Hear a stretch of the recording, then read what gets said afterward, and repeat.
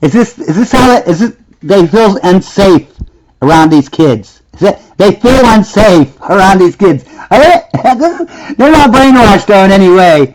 You are loved! You are loved! You are loved! You are loved! You are loved! You are loved! You are loved! You are loved! You are loved! You are loved! You are loved! You are loved! We belong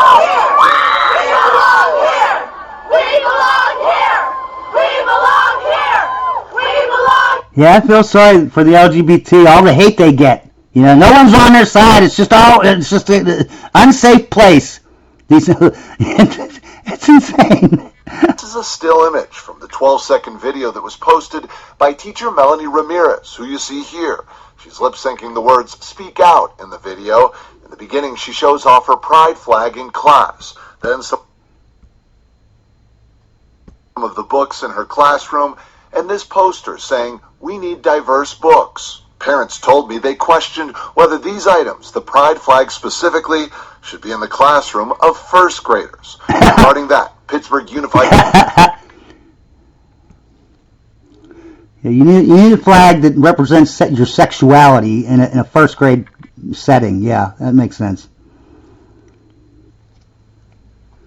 Also passed a bill banning pride flags in school classrooms, as well as Black Lives Matter flags and other political flags. Of this bill to make rainbow flag bans prohibited. What does a rainbow flag mean to my students, my classroom? Here are some words for my first grade babies. It says up here, she gives it away. She says the pride flag in a classroom means you're loved. It means you are loved here and not other places. It's a tool for breaking children from their families and society into a cult community. Yeah, see what I'm saying? This lie that they try to perpetuate, that they're unsafe. They're unsafe. How can they be unsafe when the entire kids in school are carrying around LGBT flags? How are they unsafe? It means my teacher will stand up for me. It looks like the flags at my house, so I feel home. It means we all are here together. My students feel the importance of windows and mirrors. I want every child, family, and staff member to have a clear visual of inclusion and safety in the community I build. We know students, families, and staff members need to feel safe in order to learn, thrive, and continue to share their talents with us. My rainbow flag stands for welcoming spaces, trust, resilience, compassion, joy, collaboration, and community without judgment. I will always have agency to represent all communities in my classroom. It's important my students see their own and their families' identities in my space. Whether that includes our mural of Black excellence, our land acknowledgement written with some of our Native families, or my rainbow flag stating you are loved. They really like to divide you. They got Indians, they got to divide them up. What else? The blacks over here, the LGBT over here. Why can't we just be Americans? And then she talks about how she's inclusive. How's she inclusive? So one of the really cool things that's happened in the past 2 years of my teaching has been the experience of getting feedback from students and from people on YouTube about having this flag up in my room. Black Lives Matter and rainbow flag hang behind a local teacher in her virtual classroom and are now stirring up controversy after a picture surfaces on social media. Local 12's Alexa Hellwig shows us how the school is handling it. It's this picture that's sparking some controversy on social media. It's a Milford teacher in a virtual classroom. Decorations in the background show a Black Lives Matter and rainbow flag. Days earlier, this photo was sent to and shared by a right-wing social media influencer. The post went viral. Yeah, if you don't like communism, then you're right-wing. Everyone's right-wing. Rights. Even if they say that it's just policy, they've kind of put themselves on the side that they believe in, and that side is homophobia. Today's student rally. See, that's why you don't allow flags in your thing, because then you always have someone putting a flag up that someone doesn't like. That's why, because when you put flags up that don't include everyone, those flags divide everyone. That's why we don't put divisional flags in our freaking government. Ended at class time, but Gowker said the GSA club plans to lobby the school board to reverse the school's decision. And I want you to think about it. You can't get 10 kids to do anything, and yet you got like 800 kids on each school rioting, I'm not rioting, but, protesting and showing their flags. That doesn't happen. You can't band that many kids together without brainwashing.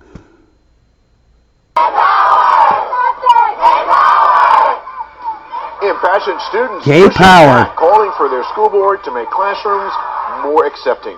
Welcome to those of you who are watching us on CBS News Baltimore and Nobody's not accepting these people. It's all in their heads. on WJZ. I teach in Kentucky, and I am very grateful for my district and my school. And I'm not the only one who has flags up either. This is another classroom. Another one. Flag. Flag. Imagine being taught by Flag. politics. Another one. Black Lives Matter, racial pride, blah blah blah. One more. And then we got my room. No one's being indoctrinated, And really? my cute little flower one. And this is the best one yet. And it turned out This is really what's going nice. on, isn't it? Yep. Divergent educator, and we have been rocking our Choose class. We've been talking about gender and skin color and consent and empathy and our bodies and autonomy. It's been fabulous. But our teaching team is shifting and a new person is being onboarded, someone with many years of experience. So today at the lunch table, when the topic of gender and genitals came up, one of our students plainly looked up and said, "Well, I'm a girl today, but I know that teacher Co isn't. No, they're NB." And the look on the incoming teacher's face NB is non-binary.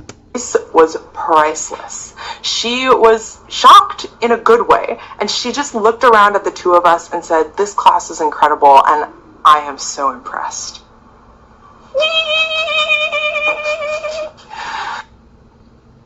Again, how embarrassingly She's talking about genitals. This is a preschool teacher.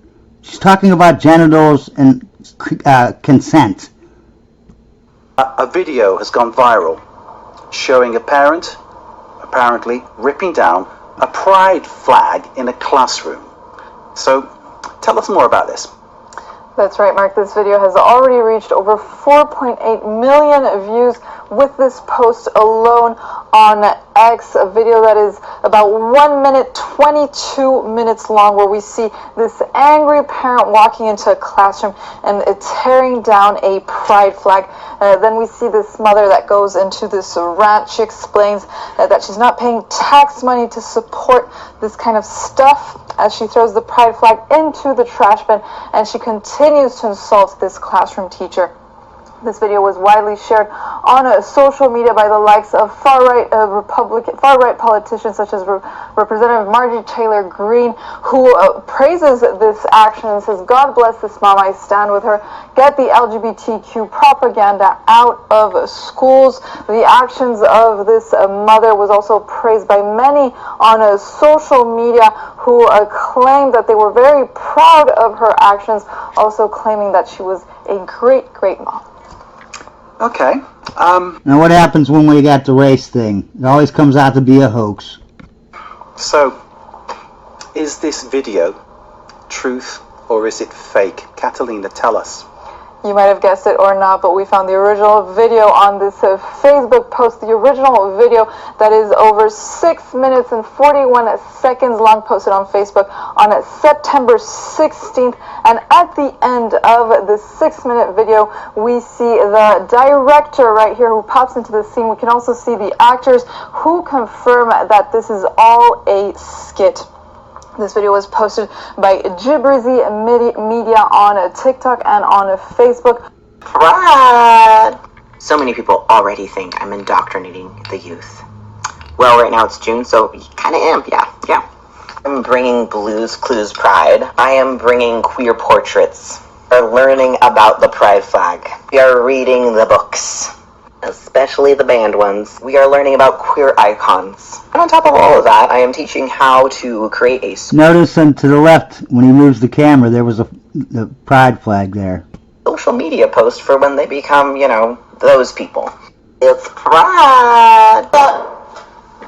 On the count of 3. 1, 2, 3. I pledge allegiance to the flag of the Afro-American people. Under God, I will protect freedom, Seek peace, honor our ancestors, and encourage and support the development and prosperity of people of African descent. You may be seated. The first thing we're going to do is we're going to go over these two main psychiatrists that are responsible for gender theory. One is a man and one is a woman. So let's go over them two people. American tax dollars on a study to prove something that just didn't pan out. Then, instead of sharing the results, you bury them. Why? Because revealing the truth would threaten a cherished ideology. That's exactly what happened with the taxpayer-funded study on puberty blockers for kids run by Dr. Johanna Olsen Kennedy, leaving parents and children in the dark about treatments that could permanently impact their lives forever. I was prescribed puberty blockers 30 minutes into my appointment after being out for 4 months. First appointment? Yes. With? Dr. Johanna Olsen Kennedy at Los Angeles Children's Hospital. So, who is this Dr. Johanna Olsen Kennedy? The one that's leading this suppressed study? Well, as I looked into her, I discovered some hidden truths that not only revealed some horrific testimonies from some of her former patients, but also revealed how undivided loyalty to an ideology can blind us to the truth and destroy lives in the name of helping others.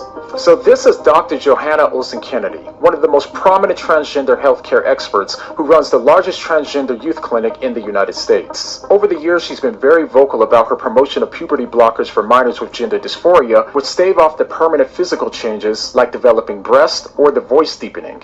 And while some see her as a hero for trans rights, horrifying accounts from former patients paint a different picture, one that's led others to strongly believe that she should be in prison. These criticisms are based on stories like this one, from this 20-year-old woman named Clementine, who revealed what Dr. Kennedy told her parents. So she convinced them that they had two options, a dead daughter or a live son. Yes, she did use those exact words. And to make matters worse, Clementine also described the immediate results of her first 30-minute appointment with Dr. Kennedy. When did they put you on testosterone? I was 13. And when did you have a double mastectomy? I had a double mastectomy at 14. I'm currently going through the process of getting reconstructive surgery, but it was much harder to get surgery for that than it was to actually get the original top surgery. Clementine also implied that she's in the process of suing Dr. Kennedy, seeing this entire process to be a living nightmare. But another... When she's talking about top surgery, they cut her tits off. Now she wants tits, and they won't pay for the surgery. The thing that makes this story so disturbing is that Dr. Kennedy seems to think that it's not a big deal. Actually, people choose colleges to go to. Actually, people make life-altering decisions in adolescence. All the time. All the time. And honestly, most of them are good. But so what we do know is that adolescents actually have the capacity to make a reasoned, logical decision. And here's the other thing about chest surgery. If you want breasts at a later point in your life, you can go and get them. So that's her answer to it. If you chop your tits off, and you can always just get the tits, go back and get surgery if you want them later in life. Don't worry about it. Clementine goes on to talk about the fact that she's likely infertile now, highlighting the seriousness of this doctor's decisions, which shouldn't be decided in a surface-level 30-minute meeting. And Clementine's case is just one example, a variation of a story that is not at all uncommon. I am dealing with genital atrophy. I have blood clots in my urine, and all of my joints ache. We must prevent this nightmare from happening to any more young people. Now, these cases reveal a disturbing pattern where life-altering procedures are being decided in short consultations with lasting consequences. My parents were told that the options were transition or suicide. I cannot even cry or raise my voice. I was silent. I was misled to believe that these procedures were perfectly safe. And Dr. Kennedy's actions have left many questioning not just her methods, but whether her decisions are driven by science or by a commitment to an ideology. However, she's quick to imply here that her personal decisions here are objective and based purely on medical science, and that we need to keep politics out of it. This lives in the medical world, and it has to stop being a political and religious issue. Now, is that so? Well, this brings us to the other reasons for why people have seriously called her objectivity into question.